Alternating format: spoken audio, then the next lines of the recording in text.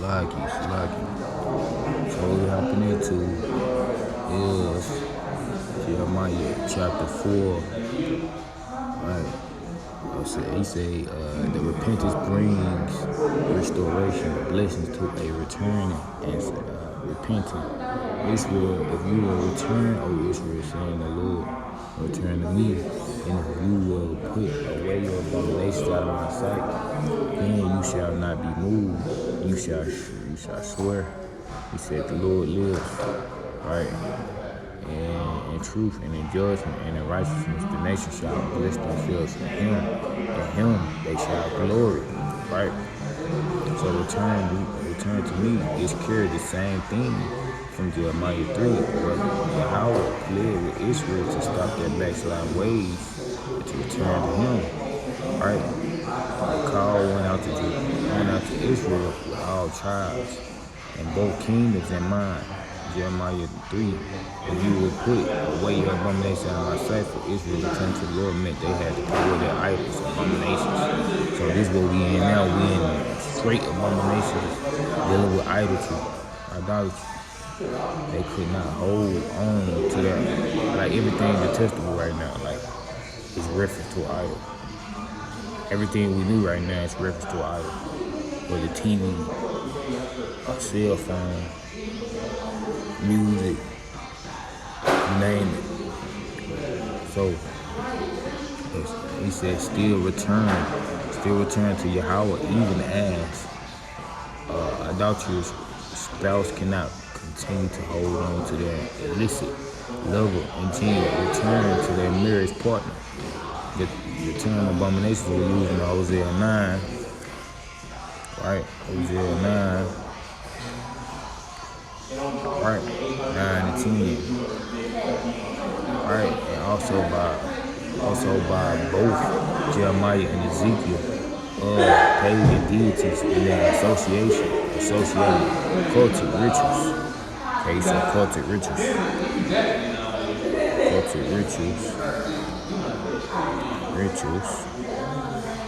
Right, so then you shall not be moved, and you shall swear. The Lord lives. These were two rewards that will come for returning. Right. Repenting Israel, first they will have security, not be moved, security, and then second they will be restored to real relationship with Yahweh, able to swear the Lord lives, and then you shall not be moved. This was spoken by the Babylonian captivity. Here is a promise that if they will return from the idolatry, they shall not be led into captivity.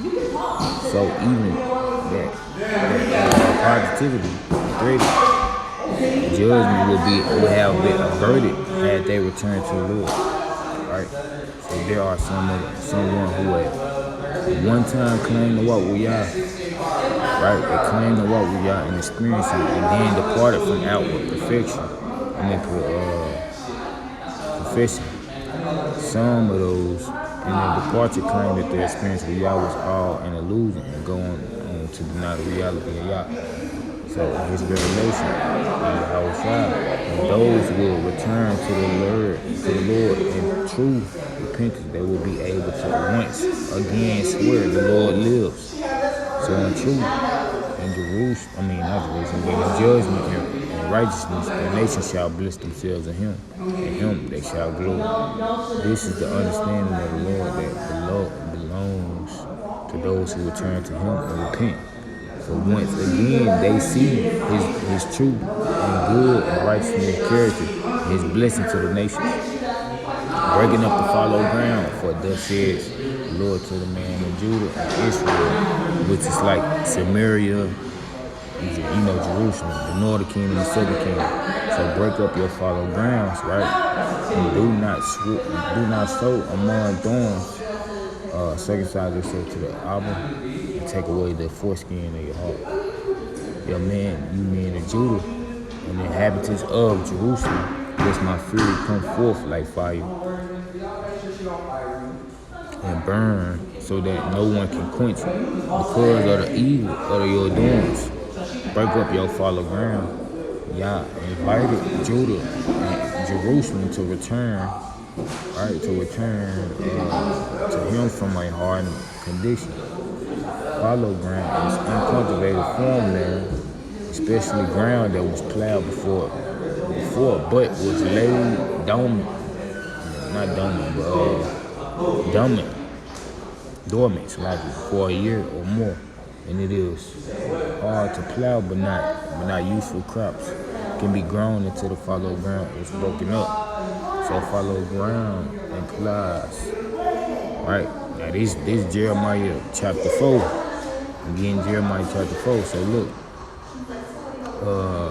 it said it implies pure fruitfulness, needs some hard work to break, imputes some resistance. It would be pointless to sow the seeds of repentance in unsuitable soil.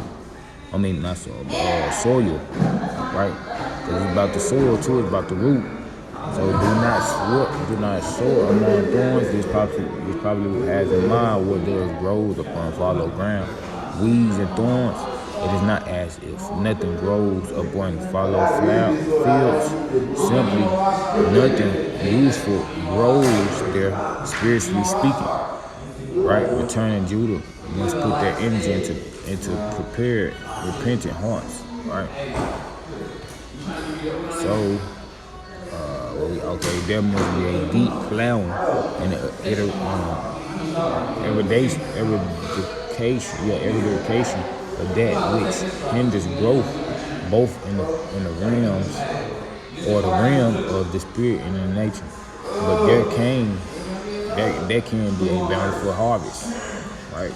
Circumcised to the Lord. Jeremiah switches images and moving away from the idea of an unplowed field to the idea of a baby boy circumcision and obedience to the covenant of Abraham. Instead of taking away the little foreskin, Judah had to remove the foreskin of their heart, cutting away the flesh in covenant dedication to the Abba. Right? Lest my fury come forth like the fire and burn so that no one can quench it. He drew his people with kind words, but also told them of the consequences of the continued rejection. They did not return. Right? The judgment was waiting. So let's get this. Alright. So the fallow ground and fruitfulness. Alright, and fruitfulness.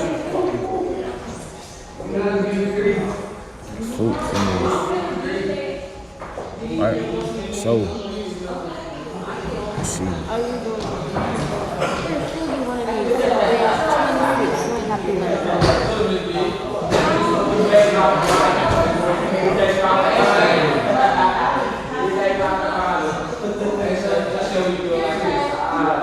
Alright, cool.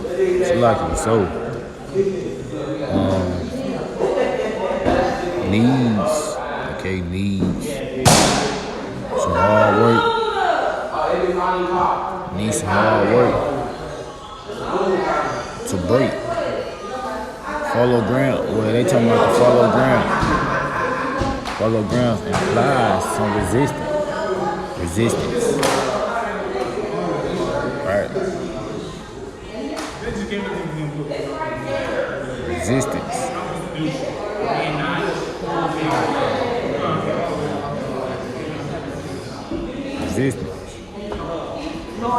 It will be pointless to sow the seed of repentance in a suitable soil, right? He said, don't sow. You know what I'm saying? Get the soil right. Meaning, like, get your heart right before you even try to, you know what I'm saying, repent. Sow seed in repentance. If you just gonna, you know what I'm saying, like that dog back to his vomit. No seeds and unclean and genuine heart.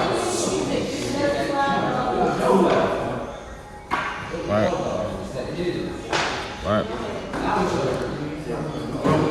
So look, do not sow among thorns. It's probably what has in mind what does grow upon fallow ground, weeds and thorns, it is not ash. If nothing grows upon fallow fields, simply nothing loses useful grows there. Spiritually spread, not spreading but speaking, return and Judah must put their energy into prepared, repentant hearts. So, okay, so they gotta yield first to even do this. I'm saying we gotta yield. That's what it's all about right now. Surrender and yield to the album, not to the world. We gotta yield. Yield.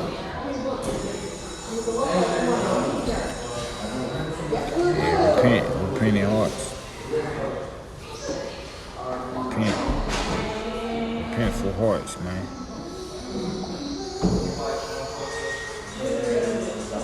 Right, so boom. Repentful hearts. So there must be a deep plan and eradication of that which hinders growth. In the growth, both in the realm of spirit and nature, before there can be bountiful harvest. Right? So circumcise yourself to the Lord. Now Jeremiah did so. Right? He did so by moving from the idea of unplowed field to the idea of a baby boy circumcision. So he went,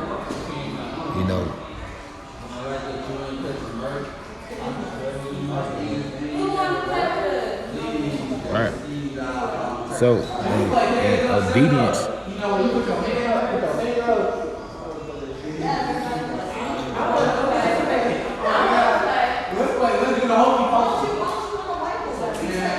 Right, so in obedience to the covenant of Abraham, instead of taking away the literal foreskin, Judah had to remove the foreskin of your heart and cutting away the flesh in covenant dedication to the Lord, to Abba. So look, so Jeremiah with a baby boyish, he had like a baby boy circumcision. Because he moved from the idea of, he said move from the idea of unplowed field to an idea, So it was like, that goes back to the, can't sow a seed.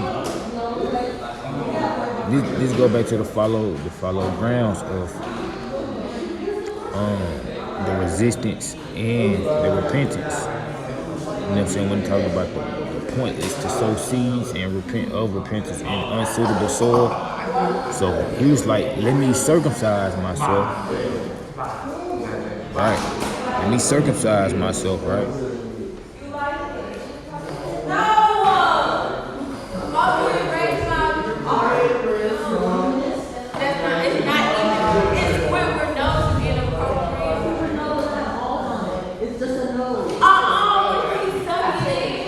Right, so look, what was,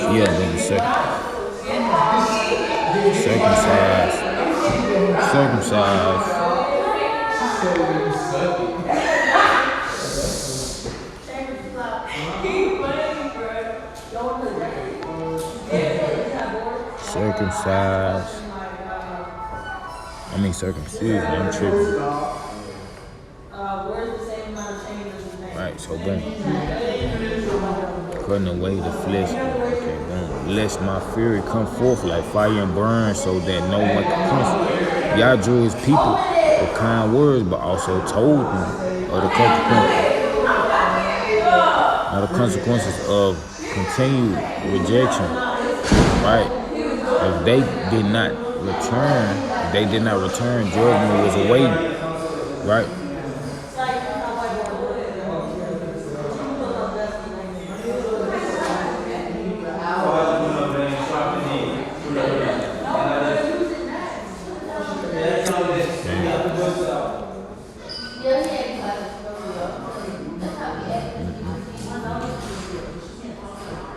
So this is the covenant. All this dealing with is the covenant. Judgment what I'm saying? Resistant to the obedience, and the root is the covenant. So look, so he did that to show.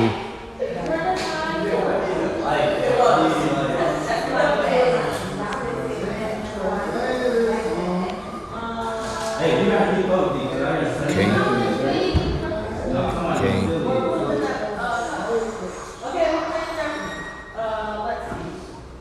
Don't say your answer out loud. Raise your hand. Whoever's hand I see first, show me your board. What if they hit boards from?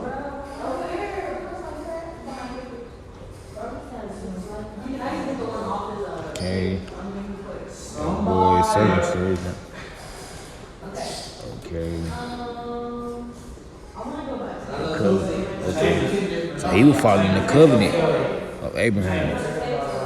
Covenant of Abraham.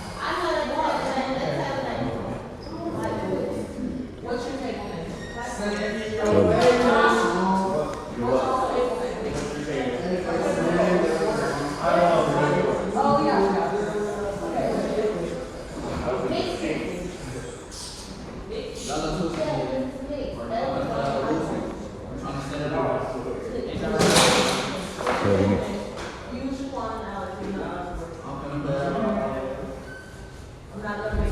My name is Zay. Can I get my own stuff? I don't know how to work with it.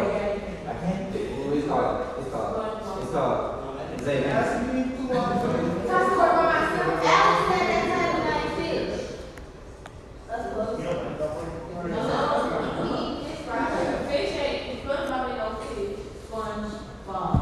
Bikini bottom. What's your especially what? Man, you know what? I'm gonna say everything else. It's another category.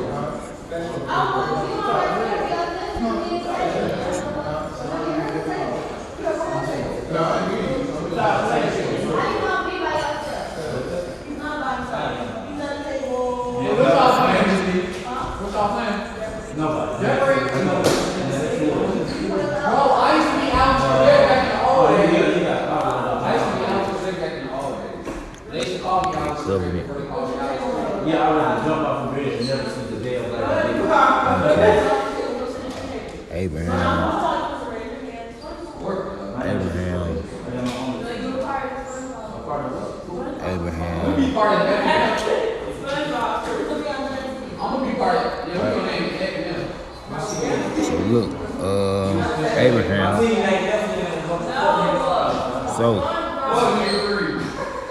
So look, lest my fury come forth like fire and burn, so that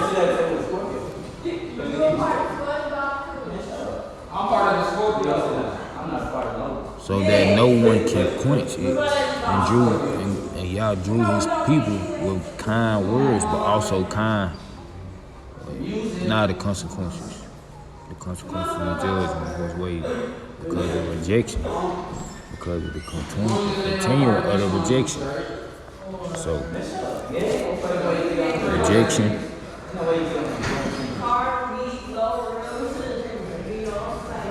Consequences.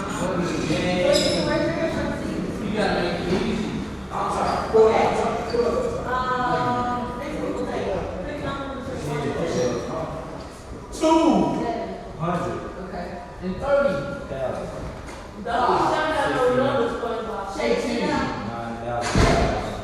Alright, consequences.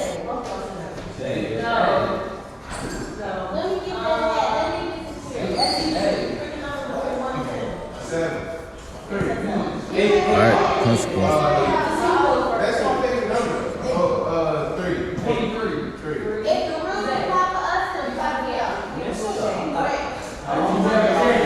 Consequences. Alright.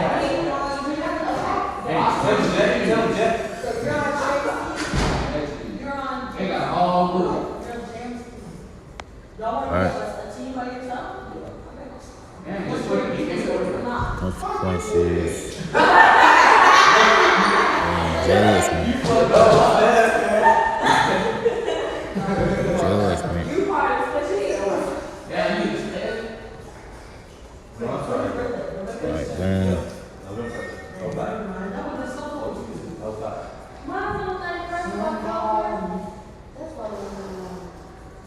So, What other table? Shaq, this table, or what is it? SpongeBob, pick a number between 1 and 10, not 7 and 3. You go on with him. He said 8. I would pick a number. alright, cool. So, That's what I said. My number was 8, so you go first. a vision of coming judgment. The description of coming judgment. Okay. Declare Judah and proclaim in Jerusalem, say, blow the trumpet, and the land cry gathered together, and say, assemble yourselves, and let us go. Right?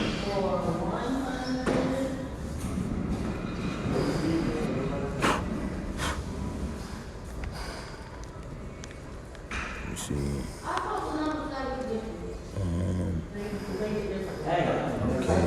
Okay, and say, assemble yourselves and let us go into the fortified cities and set up the standard toward Zion. Take refuge, do not delay, for I will bring disaster from the north. So this the evil of the north he's speaking of. Right, which is Rosh, which is Gog and Magog. Rosh. We look at the maps, right? So great destruction, the line has come up from the thicket. And the destroyer of the nations is on his way, right? He has gone forth from his place to make your land desolate. Your cities will be laid waste without inhabitant. For this, clothe yourself with sackcloth, lament, and wail for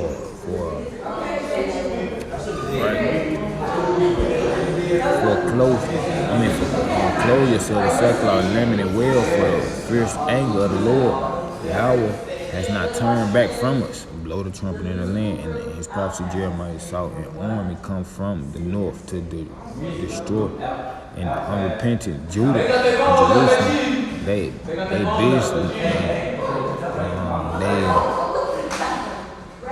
They busily prepare their defense. Assemble yourself, go into the fortified cities, but it will be no help.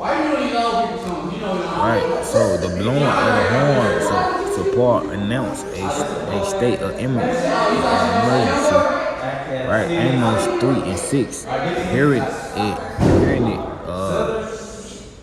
Hearing it, citizens would flee for safety behind the walls of the fortified cities. The destruction is the more, right? It's the more vivid because he used the prophetic,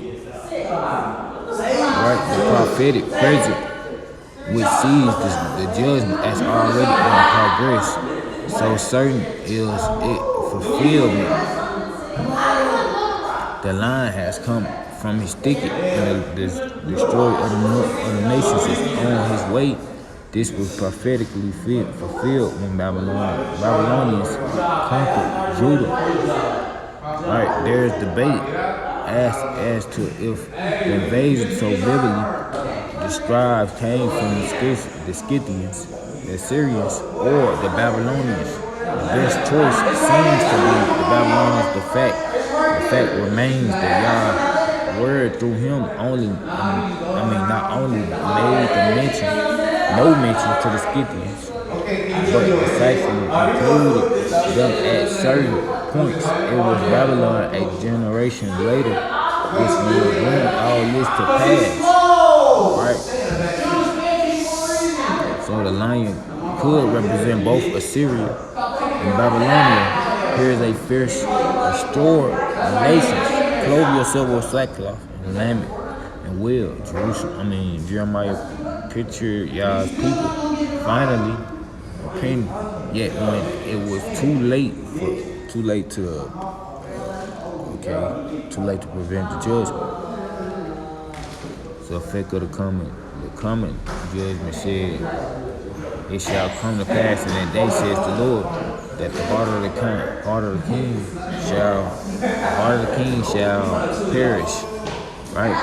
Shall perish, and the heart of the princess, right? The heart of the princess, and the priest shall be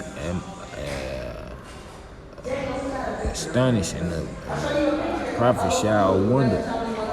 The heart of the king shall perish, when a terrible judgment comes, even the nobility of Judah will lose their courage and hope, right? Even the rumors of completed disaster are a disaster. The priest shall be astonished and the prophet shall wonder, right? When the terrible judgment comes, the spiritual leaders will not know what to do because they did not return to the Lord, break up the fallow ground and sanctify their heart and answer to Yah invasion. Right? In a brief interlude, right? Jeremiah. Right? Jeremiah considered the nature of judgment. And I said, oh, our Lord, Yah, surely have greatly deceived the people. And in Jerusalem saying, you shall have peace, whereas the sword reaches to the heart. So surely you have greatly deceived the people, this people in Jerusalem. Jeremiah warned of Yah had not greatly deceived,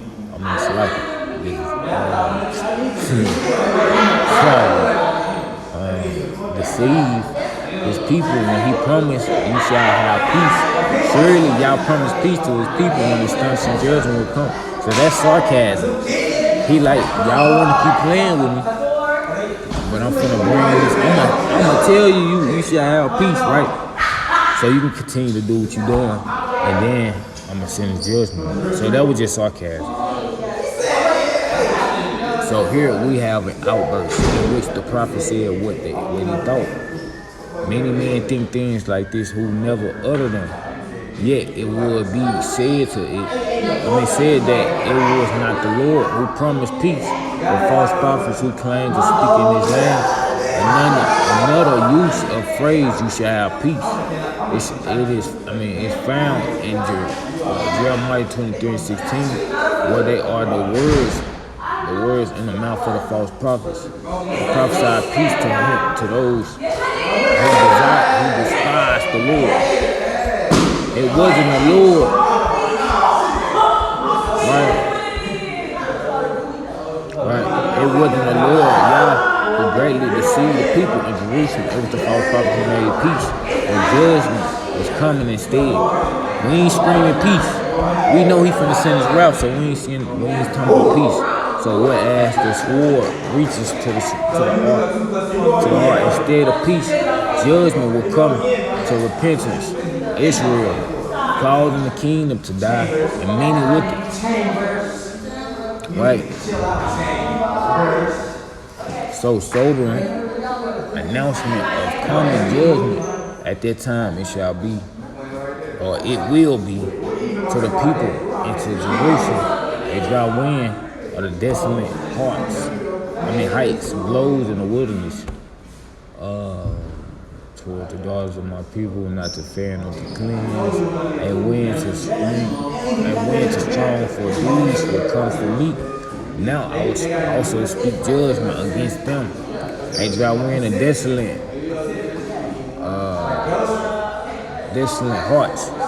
heights blows in the wilderness toward the daughter of my people. Jeremiah announced that the judgment will come upon his people. And upon Jerusalem, it will be like a wind that destroys.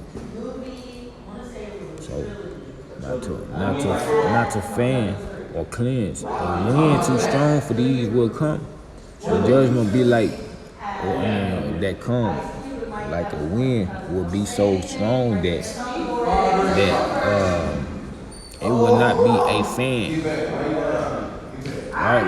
Like a fan cooling the people, nor to cleanse with a gentle wind. It will destroy and bring judgment like a wind's too strong. It is the hot breath of divine judgment. Right? Consuming good and bad alike. So it ain't like it's just it's for the evil folks. No, it ain't for just the evil folks. It's for the good and bad, because once they was good, once they was bad as well. So a vision of the coming judgment, behold, he shall come up like clouds, and his chariots like a whirlwind. His horses are swift as eagles. Go to us, for we are plundered. He said, he shall come up like a cloud. His chariots like a whirlwind. The instruments of the announced judgment will more quickly. They will come as quickly as clouds move through the sky. Right? Their chariots as fast as whirlwinds, and their horses fast or faster than eagles. We're gonna get into the eagle later. We're gonna get into that eagle later, which is wrong.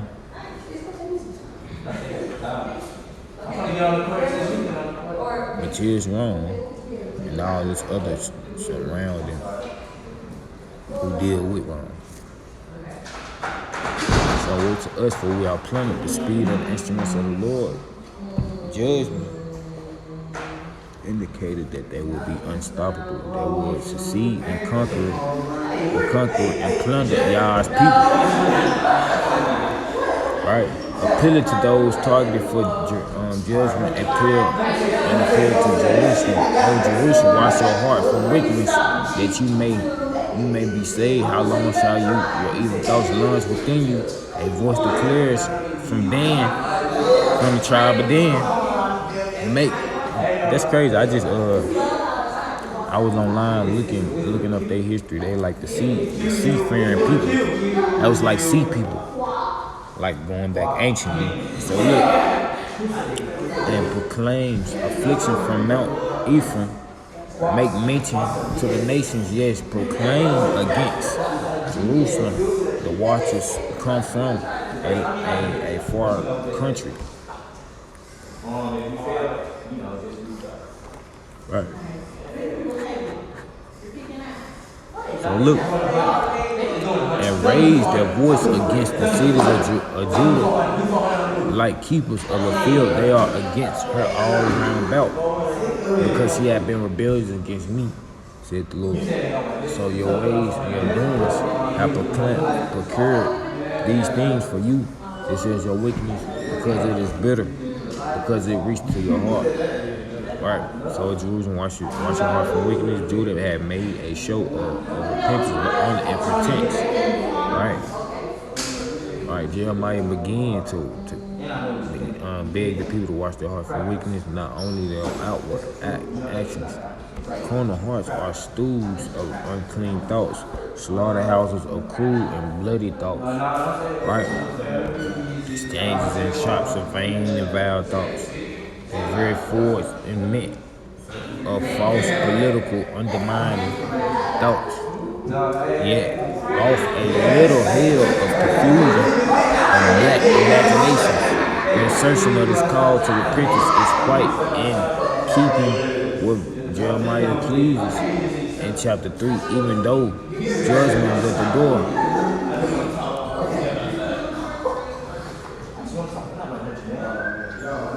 Right. It would seem that, it would seem that Jeremiah never thought an appeal to repent was too late. How long? So he was trying to do all this, and they still won't repent, and it was already too late. So how long shall your evil thoughts launch within you? The wickedness in the heart of the people of Judah brought the threat of Yah's judgment. But it wasn't just a heart problem. It was also a problem with evil thoughts.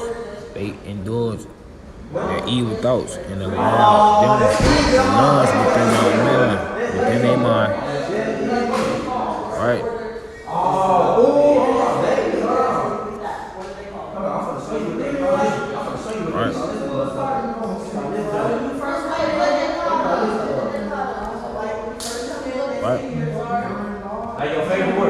So, yes, proclaim against Jerusalem that watchers come from a far country. This is the reason why there was an urgent and passionate appeal to truly repent, because judgment was coming in the form of invading army.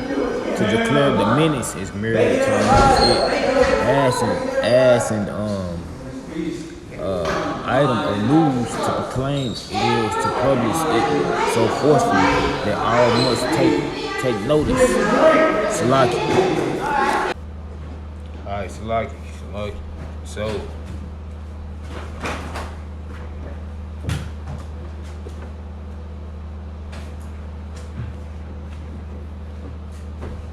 So, we're gonna hop right back into Jeremiah 4 concerning the. Matter of fact, let me give y'all a tune, man. To show y'all what's happening. How the nation's gonna rise up and how they coming and how they doing things and all that. So look. Check it out, look.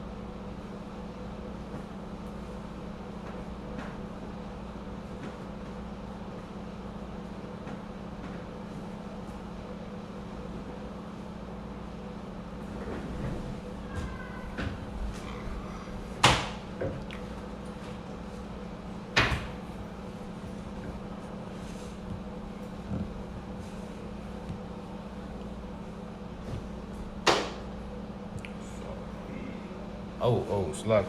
Yeah, we finna get these what's called. This was unbalance of warfare, you know. So, Jeremiah 4:7, Hezekiah. He just dropped it 20 hours ago. In 2018, I'm show y'all what's going on with I was finna bring. For my improv group 3P. Right. I bumped this like a couple times today.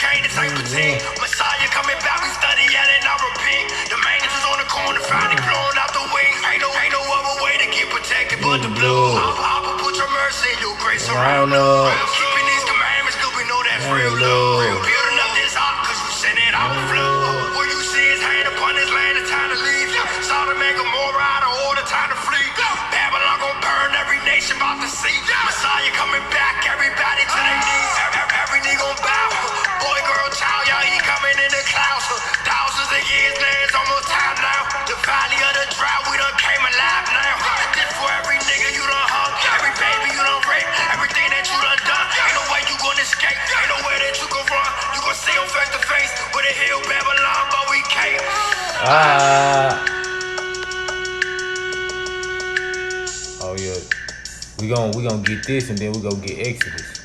We gonna get this, and we gonna get Exodus, and we gonna get everything that's dealing with this.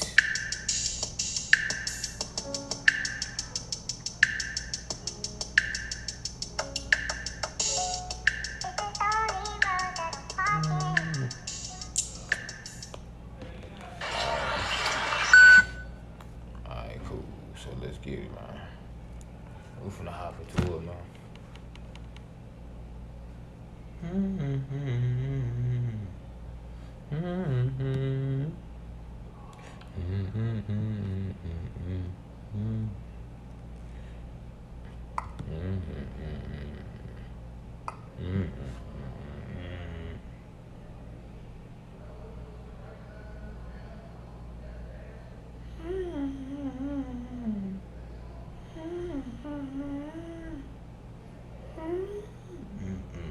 Alright, so boom.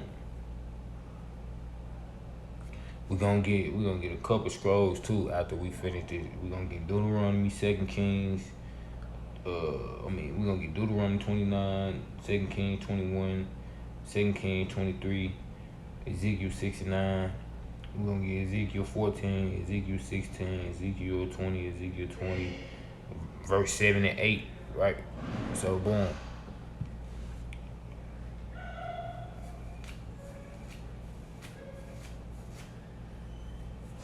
Alright, cool. So look.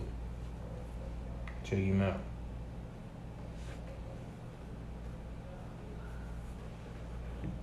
Alright, so look. The desolations, all that. We're gonna get into it. So boom. Where we ended up at, where we stopped at, the breaking of the fallow ground. We got that. Okay, a vision of a coming judgment. Okay, Jeremiah. I think they come in thicky. Yeah, we said that. The description of a wolf. Okay, the repentant. Okay. Share points here with Babylon. Okay, so now it said. Now we get into. Okay, say blow the trumpet in the land, and his prophecy. Jeremiah saw an army come from the north to destroy an unrepentant Judah and Jerusalem. They visually prepared a defense, assembling yourselves, going to the fortified city, but it will be of no help. The blowing of the horn announced, right? The blowing of the trumpet announced a statement of emergency. Hearing is Salaki. His citizens will flee for safety behind the walls of their fortified city. The description is more vivid because he uses the prophetic present, which see the judgment as already in progress. So, so certain it is fulfillment. The line has come up from his thicket, and the destroyer of the nations is on his way. So who is the destroyer of the nations? That's Rosh, right? Which is Russia, which is what I was getting into today, right? I'm finna get into this too, cause I was just thinking about that, right? I was thinking about that, and I was at lunch, right? I was at lunch thinking about it, so I'm like, okay, let me go check this out. So I'm gonna get this real quick. The red dragon, the coming of the red dragon, and the great escape. Coming of the red dragon and the great escape, right? So look. Congress. So look. Hi, this is George from the. Hold on. I'm about to get By into this eclipse, which occurs exactly on the top of the V. So we hopping into Then wake it. up. I never finish the race. Where I am when I awake, the "you are here" location relative to the pyramids is the key. The day the countdown to the finish begins is the day we see something in the heavens that aligns with the pyramids. On the true day of Pentecost, the 15th day of the third month on the Jewish calendar, the day the story of the 153 fish appears in the heavens, two wandering stars, Venus and Mercury, align with the star Aldebaran. The alignment matches that of the pyramids. That is the day we see here. From this day to the day that the race finishes will be just under 2 years. The race in Egypt is completed by this eclipse, which occurs exactly on the band of the fishes, in the exact location of the finish in the dream. From the Revelation 12 sign to the day of the eclipse, the day that the race is completed, it is exactly 6 years, 6 months, and 16 days. 666. Right. So we're gonna read it now. So look, it started out 7 years with Yahweh, right? It said, okay, we're gonna start with a Passover because they dealing with horoscopes, but we ain't getting the horoscope. We ain't getting it. So, line of Judah, the line of the tribe of Judah, right? Okay, you got the lunar eclipse. You got all that, boom. So then you got the wedding, right? Then you got in the front of the horns. Okay, let me see. Front horn, okay. So yeah, he's finna hop into it. This calls for wisdom. Let the one who has understanding calculate the number of the beast. For it is the number of a man, and his number is 666. His tail swept down a third, 33% of the stars of heaven, and cast them to the earth. From this eclipse to the Revelation 12 sign, it's 33 days. The location of this eclipse on the earth tells of the coming of the dragon, as does its intersection with this last eclipse. This path here is the path of the solar eclipse that occurred in 2017.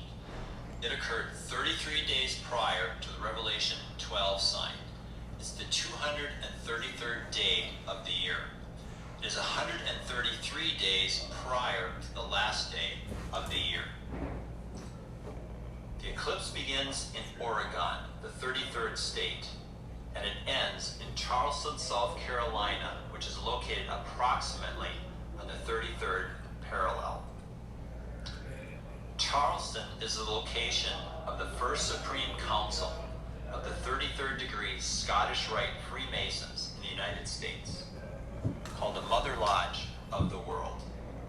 In Scottish Rite Freemasonry, it's those members who obtain a rank of 32nd or 33rd degree who are the followers of Lucifer.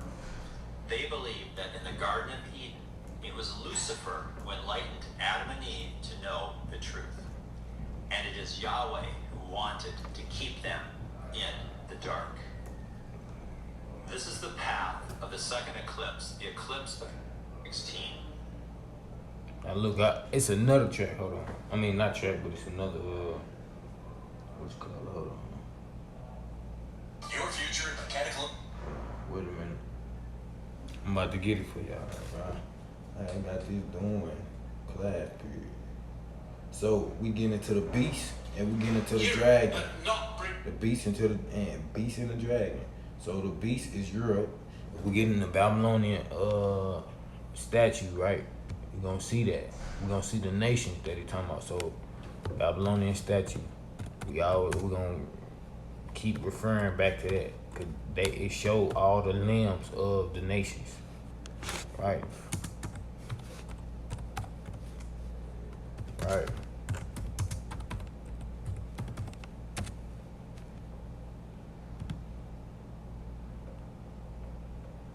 It show all that. So let's hop into it, man. Hop into it.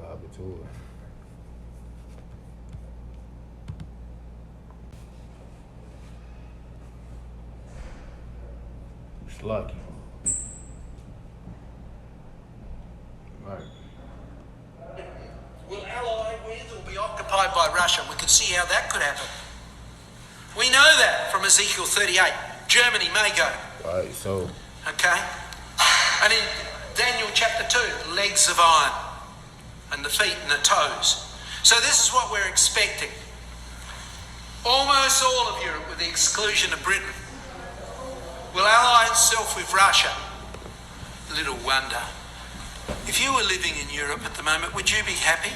Next door, Russia's got some baby missiles. Here's one of them. It's got 12 warheads. Each of those warheads controls a hydrogen bomb, not a tiddly atom bomb.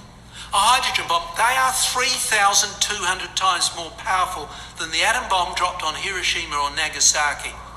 And there's 12 in the top of there. So Putin phoned up Macron quite a few months ago and said, one of those missiles can wipe out the whole of France. He phoned up Trump and apparently said, one of my missiles can take out the whole of Texas. They've got these on the borders of Europe, along with other shorter range nuclear missiles. So people are getting frightened, yes, but also in another way. Remember those people who are poisoned? I won't go into that in any detail because it's been on the newspapers. Look, this is what I got in. Here go my notes, right? So what I got concerning the beast, which is the beast, which is what you call that, Europe. Then you got the dragon, Russia. All right.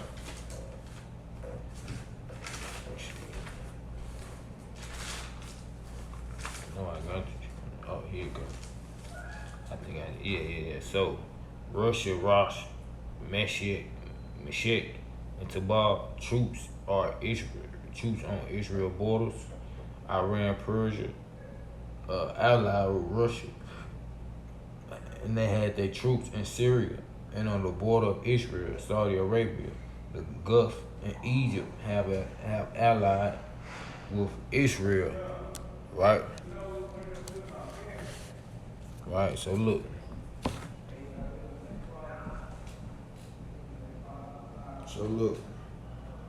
The nature and the skill, he says the nature and in Salisbury early this year. But what worried everybody? Here's what worried everybody. Here's the professor of chemistry in the Sydney University. He says, what we can see from that shows that potentially large amounts of that poison has been pre-positioned in enemy countries prior to the outbreak of war. Russia's put poisons all around the world, this type, which they had no answer for really. And when the time comes, they can release it. So, Britain attacks Europe, say, defending Europe. Putin will get on the phone and just say, Mrs. Merkel, when you go home, most of your kids will be dead. So the result was 152 Russian embassy officials were sent home from 27 nations. Everybody pretty well chucked them out because of the fear they had. It was terrifying. Our papers doesn't sell much if you say too many frightening things, so the advertiser doesn't say that sort of thing. But you've got to go to overseas papers to find out what's going on. And as well as that, last year, Russia had a practice manoeuvre. They do it every 2 years. This time, they said we'll bring in 12. Right. See. So, hold on. I'm gonna wait till you get to it. While I got my notes. Borders of Europe. But the Economist counted the trains and the soldiers going through and said over 100,000. And they haven't gone home. They're on the borders of Europe. All the Russians said, we're taking them home. Trains went back. But Russians, the people observing it, said, they did take soldiers back, but then they came back. Just looked like the soldiers were going away. Nothing of the sort. At the same time, Russia put into the waters above there, the Baltic, 70 naval vessels. It's down to 64 at the moment in that area. And now it's in that area that that growing threat from Russia is developing. Remember what I said to you? The fear that the oil from Norway could be cut off. Sweden is next door. They're terrified. They called up 22,000 people out of industry to stand by, to be on the army, call-ups. You think of it. They're fearful of that, Russia coming into there. And it's really quite frightening. Here's one of the headlines in Britain. World War III, 50,000 NATO troops in Norway for a huge show of force against Russia. World War III fears have been sparked after 50,000 NATO troops have gone up to Russia, up into Norway. So here's Norway. There's the little bit that faces Russia. And they are fearful. But look what the article says. What's the major problem? Valuable oil, gas and shipping routes from that area into Europe. So they can cut that off. I'll tell you now, even though Europe might want to fight against them and not join with them, I think they'll be on their knees just begging. The scene is scary. See, large quantities come out of the Persian Gulf into Europe. Europe is the second largest oil market. And quite large quantities come by the pipelines that go through Syria into the Mediterranean. Now, if those are cut off, Germany will get a dedicated supply. I think treacherously they've already made a deal with Russia, because they've got that Nordic pipeline going through the sea there, not across land. Right, so he getting into it concerning the forces that's gonna join. Now, it said against Israel. So these are during the times where all these nations gonna rise up. Psalm 83, right? Psalm 83, right? Just before Christ's return, right? And that's right around the corner. It's around the corner, man. So if you look at it, the 70 weeks is almost here. So it's gonna be from the 70 weeks come before, like it fulfill itself, and then Yahushua gonna be cut off, the abomination of desolation. Then that's when he gonna the Jews and the Romans, they killed him. They gonna kill him. Spiritually, it's gonna fulfill itself. They gonna kill him. Boom. He gonna rise again. Then, you know what I'm saying, Abba willing, whatever time he sent him back, he sent him back to gather the remnant, Israel and Judah. That's when, boom, he gonna that's when that's gonna take place. Whenever that happens, that's when it's gonna take place. So let's get into it. They could have easily got all the gas they wanted through there, but they didn't. They got a special one. Thing about it is, I had a whole breakdown on it. That's the whole thing about it. I had my whole folder on them breakdowns, bro. I just don't know what happened to them. Which I probably got the tab. Let me see. Sometimes I think I can go get this tab. This thing about it. Stocky, I'm gonna let this still play. And now, Russia could in a blink cut off the other pipelines that bring natural gas into Europe. They've got pipelines that used to bring oil in times of old. But now if no oil gets into Europe, I think Europe will be on its knees. Now, we don't know if that's definite. Remember that. But that's the way it's looking at the moment. Well, check. They can see the situation. They're becoming friendly with Russia. Vienna. That's also trying to get pro-Russian parties into power. They're coming to strength in Europe. And others, like Sweden, Lithuania, they're preparing for war. Do you know what they did? They sent everybody books out. One of the books was 98 pages long, and it said to the people in Lithuania what to do when Russia takes over. They said everybody should go out in their garden and dig a big hole and put a room underneath it and load it with food, enough for at least 1 or 2 years, because when Russia comes down, you probably won't get it. Look, medicine. So look. So this what we at. He said, nah, I might as well just let him play through. He gonna break down step by step. I'm just gonna get everything that's gonna footnote everything behind it. So let's go. Such like. And they're warning their people of the gravity of what's happening. This year has seen a new leader in Italy. There he is. And his opening speech, he says both Austria and Russia's new governments include far-right parties that make little secret of their sympathy with Moscow. He advocates an opening towards Moscow, Russia. Mr. Macron is building a true European army to defend itself. But then in the very same article, he says this: who is the main victim? Europe and its security. I want to build a real security dialogue with Russia, which is a country I respect. And the scene is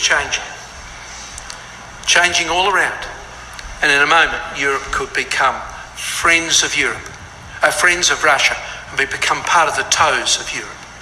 Well, let's get finally to Israel. See, he said the part of the toes of Europe, because you got to understand, Babylon statue was of the toes of Europe. The 10 toes is like Rome and Europe. You know what I'm saying? Or you can look at it like it was Europe, but the hemisphere, the western east hemisphere, dealing with all the barbaric tribes, the Turkey and the Goslet or Slavic or whoever, all these different nations, you know what I'm saying, or these different tribes. Or you get into it, because around that time with God, all that gonna be popped off. It's gonna be like war back to back. All these different wars. Then you're gonna have boom, Armageddon. That's when it's gonna be shut down. That's when everything gonna shut down, man. When Armageddon pop off, that's when everything gonna shut down. Really probably before that, because stuff's starting to get scarce now. So really probably before that. All right.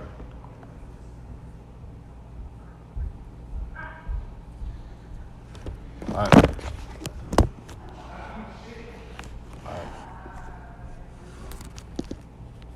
Alright, so look, pop on. We've only got about 5 more minutes. Israel is to get all of the West Bank. So here's the West Bank. Ezekiel 38 says the mountains of Israel. And this word there, midst, it's the middle part. It's used in the Judges area for the West Bank territory. It's only used twice in the Bible. And so we can see there's a clear indication that they'll control the West Bank. So look what's happened to the West Bank since 1948. Shrinking. And recently, from then till now, the number of Jews in the West Bank has been climbing.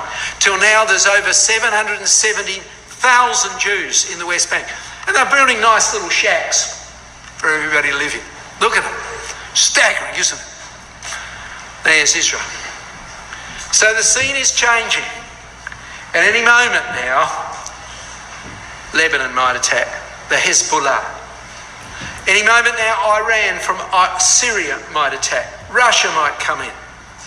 Again, from the west, from the area of the Gaza Strip, they could be assaulted. On every side, they could be attacked. And what do we expect? Proclaim ye this among the Gentiles. Prepare war, wake up the mighty men. Let all the men of war draw near. Let them come up. Look, the time is super short, brethren and sisters. So let's recap briefly. Here's what the recent events are. Russian troops on Israel's border. Iran, allied with Russia, and troops in Syria on the borders of Israel. Saudi Arabia, the Gulf states and Egypt, allied with Israel, exactly as we would expect. Iran, Libya, Ethiopia and Russia, allied together. And then Iran is threatening to close the Persian Gulf and the Red Sea to oil tankers. Over 40% of the oil tankers come out of there. And if USA continues to boycott her, that's what she claims she will do, as Brother Thomas very clearly pointed out. And lastly, Europe is now moving away from UK and USA. It's beginning to look like it might ally with Russia. So, brethren and sisters, things appear to be moving very quickly. Now, I want to come aside just for a minute. What could be the effects on us here in Australia? If that Persian Gulf closes, what's going to be the impact upon us? This. The Parliament of Australia states that 82% of the crude and other feedstocks required for domestic refining was imported. In other words, predominantly it came from the Persian Gulf. You think about it. It's brought, in other articles, they said, from the Persian Gulf. They bring it into oil refineries in Singapore, South Korea, Japan, a little bit's done in China, and then brought into Australia. So they said, how much oil is in here in Australia? Well, we could last for about 23 days with what we've got in stock. And then we've got 44 oil tankers at sea at any one moment, either bringing crude from the Persian Gulf to the refineries or from the refineries here. So that would basically mean around about 2 months. 2 months of oil. So where does it go? Here we are. Whoops. 43 days is one of the statements they said in another article from a magazine of oil supply. Well, brothers and sisters, what's more critical for us is this. We know these words quite well from Matthew chapter 24. What does it say? It says, but of that day and hour knoweth no man. What's he talking about? Christ's return. No, not the angels of heaven, but my Father only. I believe Jesus knows it now, but not in those days. But as the days of Noah were, so shall also the coming of the Son of Man be. Think of the days of Noah. A week before Noah was put into the ark, the flood came. For as in the days that were before the flood, they were eating and drinking, marrying and giving in marriage, until the day that Noah entered in the ark, and knew not until the flood came and took them all away. Now you stop and think, brethren and sisters, no oil comes into this country. What's going to happen to the food supplies? It will be gone within 2 months. Nobody's going to have the diesel trucks, the big trucks, the Coles and Woolworths if that happened. Would they? We're gone before it. In the love and mercy of our Heavenly Father. So in other words, the situation Christ is telling us is that will be the way it is with the coming of the Son of Man. Now, we don't know when things are going to happen, but at the moment it could at any moment. So what if it's next year or the year after? But if it's this year, take it seriously. Be very serious about our daily readings. Very, very serious about our attention to the meetings, coming to the meetings to be built up on the Word of God. Very serious about encouraging others in the love of the truth and preparing for the kingdom. Be serious about our prayers, because in a moment it might be here. Do you remember these words? There was Lot. He escaped from Sodom before it caught in fire. Lot said to the angel, behold now, this city is near to flee unto. He said, the angel says, go to the hills. No, he said, can I go to Zoar, this little city? But look what the angel said. Yes, it's a little one. But he said, this is what he said. Oh, let me escape thither. But then the angel said, haste thee, escape thither, for I cannot do anything till you become thither. That's the same thing. We'll be eating and drinking and marrying and giving in marriage until we'll go, taken away, before this veritable Sodom in which we live today is blown up. Well, it may not be blown up, but you know what I mean. Before things happen, we're taken. In the love and the mercy of our Heavenly Father, the next thing will be in the quietness of Sinai. Well, he will come. This is my termination if there were some other contacts here. The scriptures is full of the return of the Lord Jesus Christ. No less than 318 times in the New Testament. So what have we got to do? Remember, before he ascended to heaven, he said unto them, go you into all the world and preach the gospel to every creature. He that believeth and is baptized shall be saved, but he that believeth not shall be condemned. So, if we haven't made the move, there are 3 essential steps. Let us believe the gospel, the first principles of the truth. Be baptized, be committed to the truth utterly with all our heart, soul and mind, and then continue faithfully. And if we do that, we will be there with Christ in that kingdom. Well, we have a wonderful hope, brethren and sisters, don't we? A wonderful hope indeed. So it's my prayer, as I'm sure it's yours, that that day might soon come and we might all together be found there faithful in that day, part of that community with the Lord Jesus Christ. Thank you.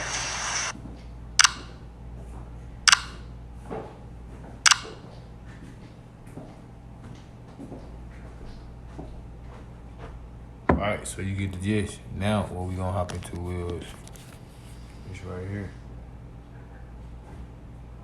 Alright.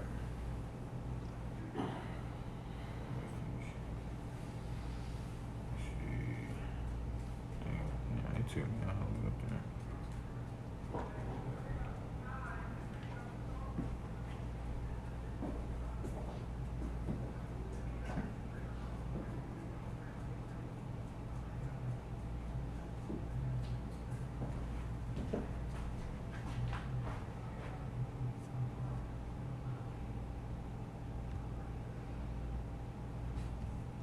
Look, hold on.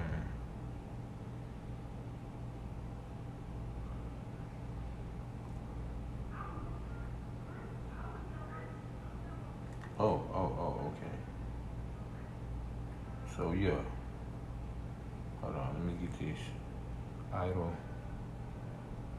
Abomination.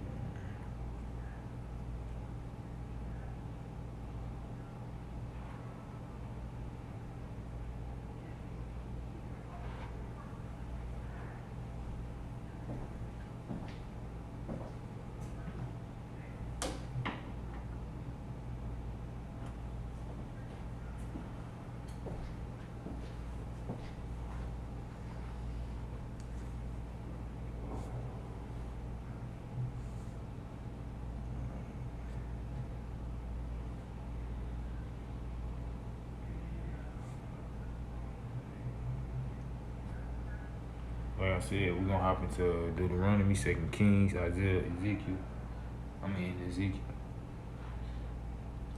First thing what we hopping into concerning the matter, is and I'm gonna get that. So Israel makes a covenant with the Lord where under they shall be blessed if obedient. Right, this back to the covenant. So look, if obedient, but cursed if disobedient. If disobedient, their land shall be as a brimstone and salt. You feel me? So you see how it's saying salt, and we dealing with light. You know what I'm saying? Don't turn back. This all coming together concerning Jeremiah chapter 4. Right? It's all coming. It's all coming in fruition together. So look. Hold on, I'm gonna start here.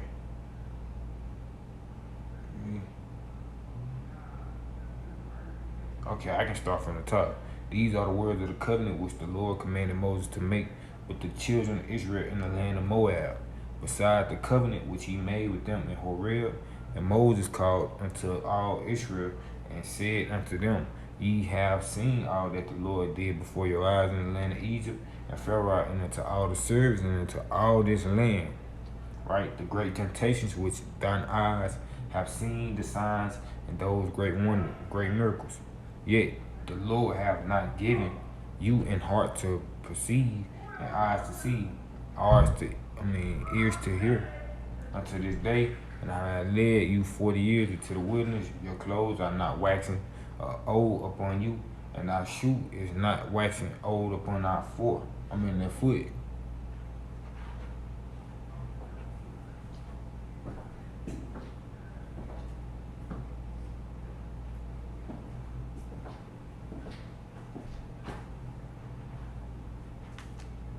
Right. He said, Ye have not eaten bread, neither have you drinking wine or strong drink, that you might know that I am Lord, your God, Yahweh. Right. And when you came unto the place, Cheyenne, the king of Heshbon, Og, the king, right, the king of Bashan, and came out against us unto a battle, and we smote them. We took their land and gave it for inheritance unto the Reubenites, right, and to Gad, the Gadites, to the half tribe of Manasseh, and keep the words of the words of this covenant, and do them, that ye may prosper in all that you do. Right? Ye stand this day, all of you before the Lord, your Abba. Right? Your captains of your tribes and your elders and the officers with all the men of Israel. Right? Your little ones, your wives, and thy stranger, this is in thy camp from the hill of the wood unto the drawers of the waters, that thou shouldest enter into thy covenant with the Lord your God, Yahweh, and into this oath, and which the Lord thy God make with thee this day, that he may establish thee to the day, right, to the day for a people unto himself, and that he may be unto thee a God, right? And as he said unto thee, and as he have sworn unto thy fathers, unto Abraham, Isaac, and Jacob, right? Which is Israel now. Right? Neither with you only do I make the covenant and this oath, but with him to stand it her with us this day before the Lord our God, and also with us, with him, that it is not with us this day, for ye know how we have dealt in the land of Egypt, how we came through the nations which you passed by, right? And ye have seen their abomination, their idols, their wood and stone. This what is going on, bro. Wood and stone, wood and stone, wood and stone, wood and stone. Come on, man. Wood and stone. So look, silver and gold is were among them. Right? Lest there should be among you man and woman or family or tribe whose heart turning away this day from the Lord, Yah, to go and serve the gods of these nations, lest there should be among you a root that beareth gall and woodworm. It's like wormwood, right? And it came to pass when he heard the words of this curse, that he blessed himself in his heart, saying, I shall have peace, though I walk in imagination of my heart, to add drunkenness to thirst, right? The Lord would not spare him, but when the anger of the Lord and his jealousy shall smoke against that man, and all the curses that are within this book, right, shall lie upon him, right?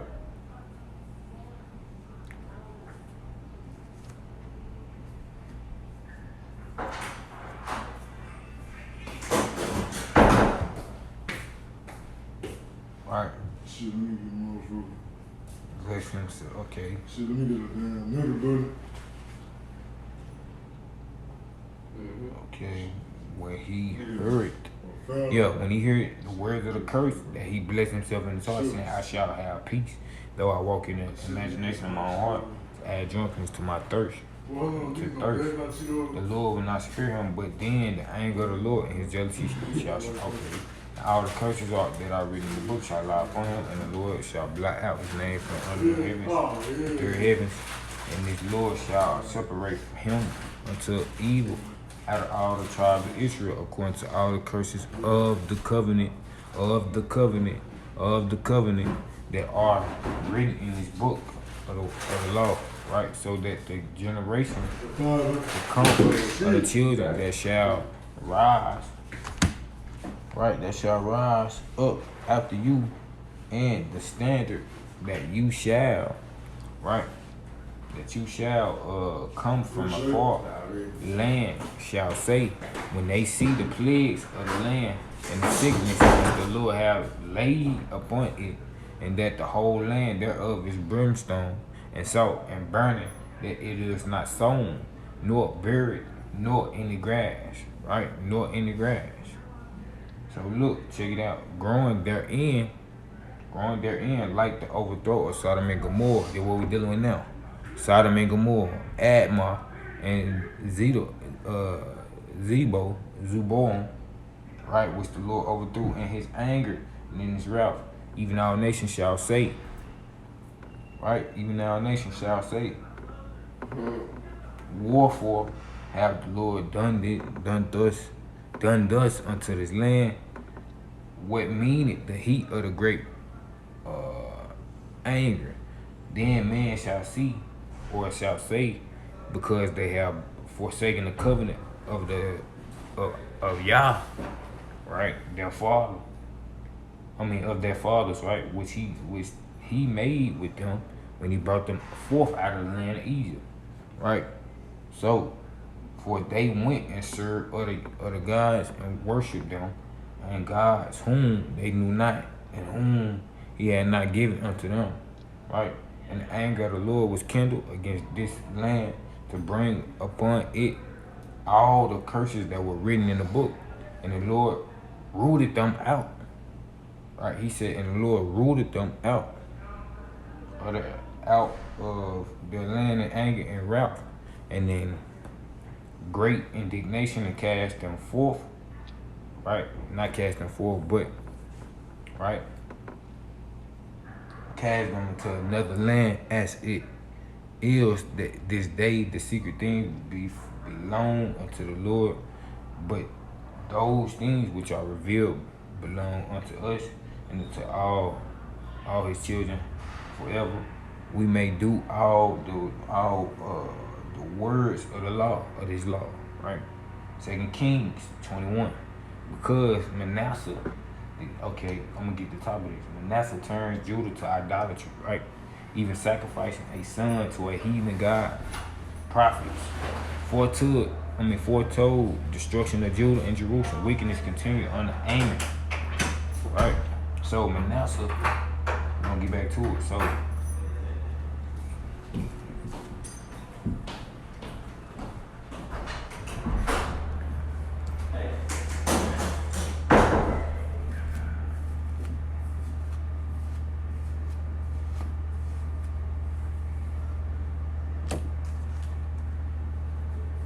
right. So look, but they hearkened not, and Manasseh seduced them to do more evil than did the nations whom the Lord destroyed before the children of Israel, right?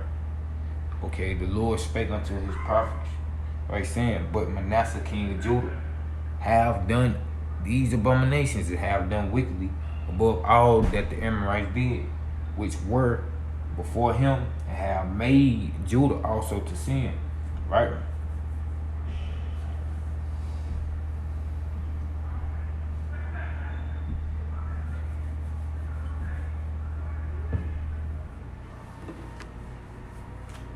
Right.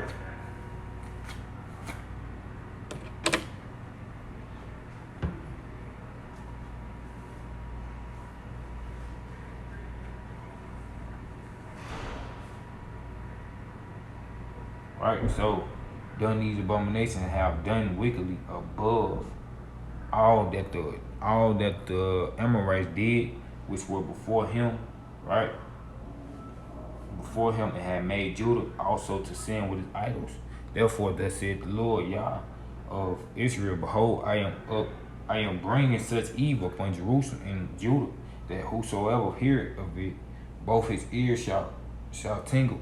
I will stretch over Jerusalem the line of Samaria, the plummet of the house of Ahab, and I will wipe Jerusalem as a man wipe a dish, wiping it and turning it upside down. And I will forsake the remnant of my inheritance, and deliver them unto the hand of their enemy, and they shall become a prey and a spoil to all their enemies. Right? So we finna see it. We finna see this. If we ain't finna see it, it's popping off now. Cause it's kind of funny how the arc just run it out. We're gonna play them again. Get you into this. Get you into it. Hold on. Get you into it. All right.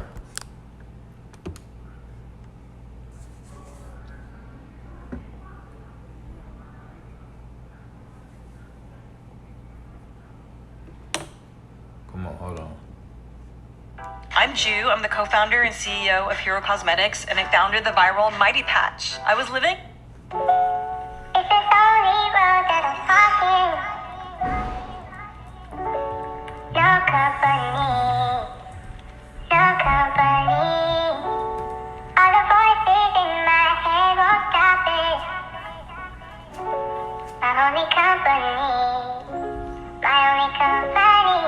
Blood off my hands, the judgment coming fast, too much blood on his lane. The second exodus is about to happen, he ain't playing. He's sending out the winds on this rock, we gon' stand. We gon' trust the son of man. This the final album was disconnected from the source, we done found the power. Messiah built the church back, gotta trust the founder. The carpenter, got the father with him, ain't no stopping you. Protected by the winds if you got his help with you.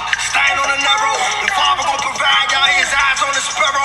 Never seen the righteous get forsaken, not at all. The devil trying to take us cause he know he about to fall. Hey, Michael standing up in his hour, keep the laws. We gon' blow the trumpet, we ain't go to war at all. Messiah made a way, he laid it down for all flaws. We got the father with his eye, stand tall. Protecting these commands, they at war with him. The dragon man cause the remnant about to score with him. The children of the prophets with them valley hockey. The law is the light, got us out the darkness. Return to the Father, ain't no other options.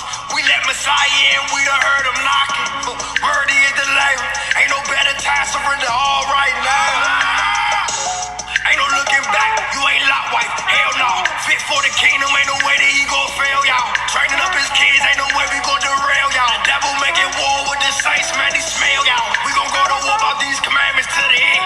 Protect my father word, this ain't no game, this ain't pretend. Messiah coming back, we study yelling, I repeat. The angels is on the corner, finally blowing out the wings. Ain't no other way to get protected but the blue. I'll put your mercy and your grace around us. Keeping these commandments, cause we know that's real love. Building up this ark, cause we send it out flow. When you see his hand upon this land, it's time to leave. Sodom and Gomorrah out of order, time to flee. Babylon gon' burn, every nation about to see. Messiah coming back, everybody to their knees. Every knee gon' bow. Boy, girl, child, y'all, he coming in the clouds. Thousands of years now, it's almost time now. The valley of the drought, we done came alive now. This for every nigga you done hung, every baby you done raped, everything that you done done. Ain't no way you gon' escape, ain't no way that you gon' run. You gon' see him face to face with a hill Babylon, but we can't.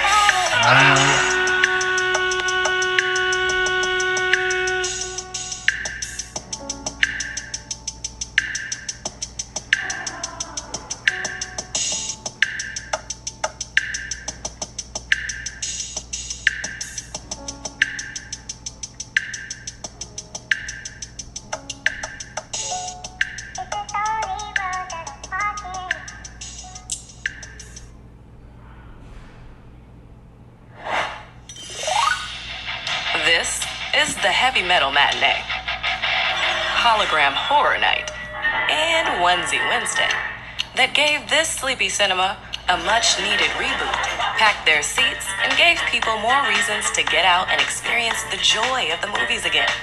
All because this ambitious usher and their boss were smart enough to ask the shushers, shameless snackers, roaring cacklers, the screamers, the dreamers, the jumpy, the judgy, the joy seekers, the hopeful romantics, big clappers, and film lovers. What would make you go back to the theater? By asking and listening to what people wanted, this cinema got lines around the corner and another chance to make going to the movies feel magical again. And in return, they got what they needed, a second chance. Ask, listen, act.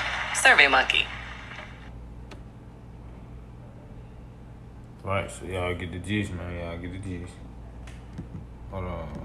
I'm trying to log in real quick, man. Just log in.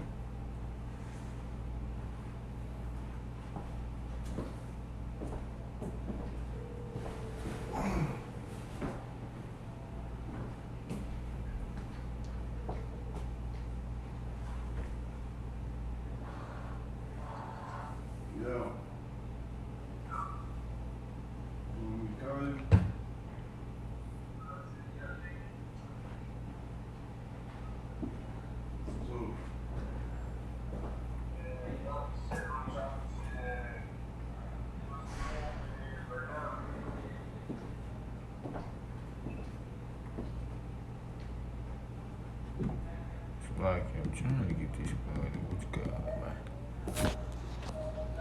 You see they rising up, man. So, Shalaki. Ability to worship. They wouldn't have divine communication. In fact, in the time of Hosea, they'd gone astray and they were entering into paganism. They wouldn't even be able to do that, says the prophet, because they would be away from these things. But, he says, at some point in the future, in a time period called the latter days, they would return. And ultimately, the end of that time period, that process of the latter days, they will eventually end up fearing God and his goodness. And so, as Christadelphians, we believe that this is starting to be fulfilled, because we have seen Israel return. The Jews are back in their land. 1948, they declared their state. 1967, they took Jerusalem. And we have been living since then for 70 years. I think this year marks that 70 years since the state of Israel was born. So we're living in the latter days right now, right here. The people of Israel have returned. Against all the odds, we might add, 2,000 years of dispersion when the Romans really dispersed them from their land around AD 70. They were scattered, they wandered here, they wandered there, they were in the pogroms in Europe. They're all over the place. They were expelled from Britain in the 1200s. And they wandered from pillar to post, but they retained an identity, they retained their kind of culture, and they were still identifiable 2,000 years later, so that when the situation arose that it did after World War II, we find that they were in a position to begin to return to their land. Amazing. Now, we often talk about this, don't we? We have lots of special efforts at this meeting, and from this platform you've probably heard a lot of some of this stuff before. So we're going to go a little bit deeper this evening. Okay, we're going to go a little bit deeper. I want everyone to turn over to Daniel chapter 10. We're going to have a look at a couple of other prophecies which link in to this grand prophecy of Ezekiel chapter 38, which we'll come to shortly. So the book of Daniel is a couple of books on, and we're going to Daniel chapter 10. And we find in Daniel chapter 10, in verses 1 through to 3, that Daniel the prophet, the great prophet Daniel, he is pondering the prophecies of the Bible. And we find him mourning 3 full weeks in verse 2. He fasts and he really wants to understand the things of the scriptures and the prophecies of the Bible. And God blesses him and sends him an angel, we read in verse 14, that says this: "Now I am come, says the angel, to make thee understand what shall befall thy people in the latter days, for yet the vision is for many days." So the prophet is told, look, we've got this, I'm going to give you this vision, it's going to be for many, many days. And I noticed that in Hosea, actually, it had said that for many days, where was it there? For the children of Israel shall abide many days without a king. And here we are told for many days this prophecy that is about to be given to the prophet Daniel is to take place. And then if we had time, we could go through all of Daniel chapter 11, which talks to us about the division of the Medo-Persian Empire. Daniel was prophesying at the time of the Medo-Persians, and he's told in effect that this kingdom is going to split into 4, and we have those 4 on the screen. And the prophecy is taken up between the Ptolemies in the south and the Seleucians in the north, and the prophecy calls these the king of the south and the king of the north. And the prophecy gives a great and amazing sweep of history down through time as these 2 kings, if you like, war against each other. We have the rise of the king of the north and then the rise of the king of the south, and in the middle you've got Israel. And so there is a brief overview of all of those. Now, this isn't our subject tonight to go through all of those, but what's interesting, just to bear in mind, is you have the king of the north and the king of the south. A great exercise to do is to actually highlight all of those. Every time it says king of the south, highlight them. Every time it says king of the north, highlight that. And you'll see how it kind of operates. When you get to verse 36, it's quite interesting because it's almost like the king of the south and the king of the north disappear, because it simply references the king. And that's because we've reached the time in history when both the north and the south are united under the Byzantine Roman Empire, and Constantine sets up his hub in Constantinople. Then we get to verse 40, because it jumps forward in time, and we find that, bear in mind, the angel came to tell Daniel what was going to happen in the latter days, and now, at the great crescendo of the prophecy, we read of that time. Because we read in verse 40, at the time of the end shall the king of the south push at him, and the king of the north shall come against him like a whirlwind, with chariots, with horsemen, and with many ships, and he shall enter into the countries and shall overflow and pass over. So at this time of the end, there's a revival of a power that sits in the territory of the king of the north. And halfway through verse 40, we read that he comes like a whirlwind and he overflows and passes over. And notice a couple of details. Verse 41, he shall enter also into the glorious land, and many countries shall be overthrown. The glorious land is Israel. But these shall escape out of his hand, even Edom and Moab, and the chief of the children of Ammon. He shall stretch forth his hand also upon the countries, and the land of Egypt shall not escape. But he shall have power over the treasures of gold and of silver, and over all the precious things of Egypt. And the Libyans and the Ethiopians shall be at his steps. But tidings out of the east and out of the north shall trouble him. Therefore he shall go forth with great fury to destroy, and utterly to make away many. And he shall plant the tabernacles of his palace between the seas, in the glorious holy mountain, yet he shall come to his end, and none shall help him. Now just notice a couple of details there. So we have this power from the north, the king of the north. He comes down, it says, into the glorious land of Israel.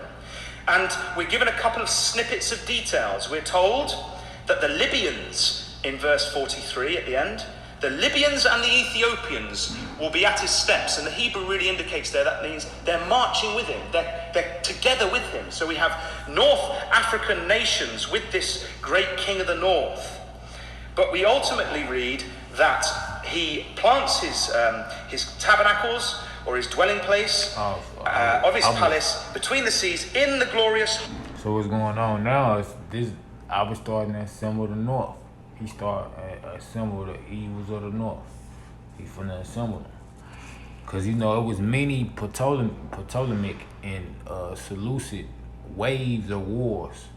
Like I said, we in a time now where one ruler rise, the next one fall, one ruler fall, one ruler rise, fall, and keep going on like that. As time continues to speed up and it get quicker and closer, and bro, that's what's happening. You gonna see them two kingdoms steady battling at each other. They're gonna be steady at each other, and it's gonna be different kings, different rulers, different, you know what I'm saying, different females playing the scenario concerning. If you look at it, how it was Bernice, the one who was trying to poison, all that, the ones who getting all that, bro. You gonna see it, bro. You finna see it. So like, hold on. Holy mountain, that's Mount Zion, that's Jerusalem. But ultimately, he will come to his end. So we think, that's interesting, isn't it? In the latter days, in the time period that we believe we're living in now, when the Jews are back in the land, we have this indication that there's going to be an invasion from the north down upon the glorious land. And we have this problem, you see, he comes to the holy mountain. It seems to be a focus point for this king of the north. Now, let's go over to Ezekiel chapter 36. I hope you got your seatbelts plugged in, because we're going quick today. I said to Vic before, we're going to cover a bit of ground. But I hope it will be of interest to you to do this, because what you will see by the time we've gone through it is the power of the broad sweep of Bible prophecy. And then what we're going to do is we're going to look up from our Bibles and look at world events, and we're going to see some of these things coming to pass before our very eyes. So look at this, Ezekiel 36. This is the prophet Ezekiel prophesying around 600 BC. And he says, but ye, O mountains of Israel, ye shall shoot forth your branches, and yield your fruit to my people of Israel, for they are at hand to come. For behold, I am for you, and I will turn unto you, and ye shall be tilled and sown, and I will multiply men upon you, all the house of Israel, even all of it, and the cities shall be inhabited, and the wastes shall be builded, and I will multiply men upon you, man and beast, and they shall increase and bring fruit, and I will settle you after your old estates, and will do better unto you than at your beginnings. And ye shall know that I am the Lord. Yea, I will cause men to walk upon you, even my people Israel, and they shall possess thee, and thou shalt be their inheritance, and thou shalt no more henceforth bereave them of men. And it goes on about the land being restored. Now, why that's interesting is because Ezekiel was a captive. He was a prophet, and he was actually a priest, and he was a captive, and he'd been taken to Babylon, and there he was in captivity, and his homeland of Israel had been laid waste and destroyed by the Babylonians. And he predicts an ultimate restoration. He predicts these mountains of Israel bringing forth abundantly, and he predicts the fact that eventually his people of Israel who had turned their backs upon God would actually know, look at the end of verse 11, that I am the Lord. So these mountains were to be re-inhabited. Now we'll flick over to Ezekiel 38 and the chapter that David read for us. And we already pointed out verses 8 and 16, but perhaps it's worth looking at the detail. After many days thou shalt be visited in the latter days, the latter years, thou shalt come into the land that is brought back from the sword, and is gathered out of many people, against the mountains of Israel, which have been always waste, but it is brought forth out of the nations, and they shall dwell safely, all of them. So this invading force, it's the same story as Daniel chapter 11, it's the same story as Hosea, is going to come against the people of Israel, specifically against the mountains, against the people that were not there, that had been removed from that place, but now they have been restored in the latter days. And notice a couple of other details. We read in verse 11 that this great army shall say, I will go up to the land of unwalled villages. I will go to them that are at rest, that dwell safely, all of them dwelling without walls and having neither bars nor gates, to take a spoil and to take a prey, to turn thine hand upon the desolate places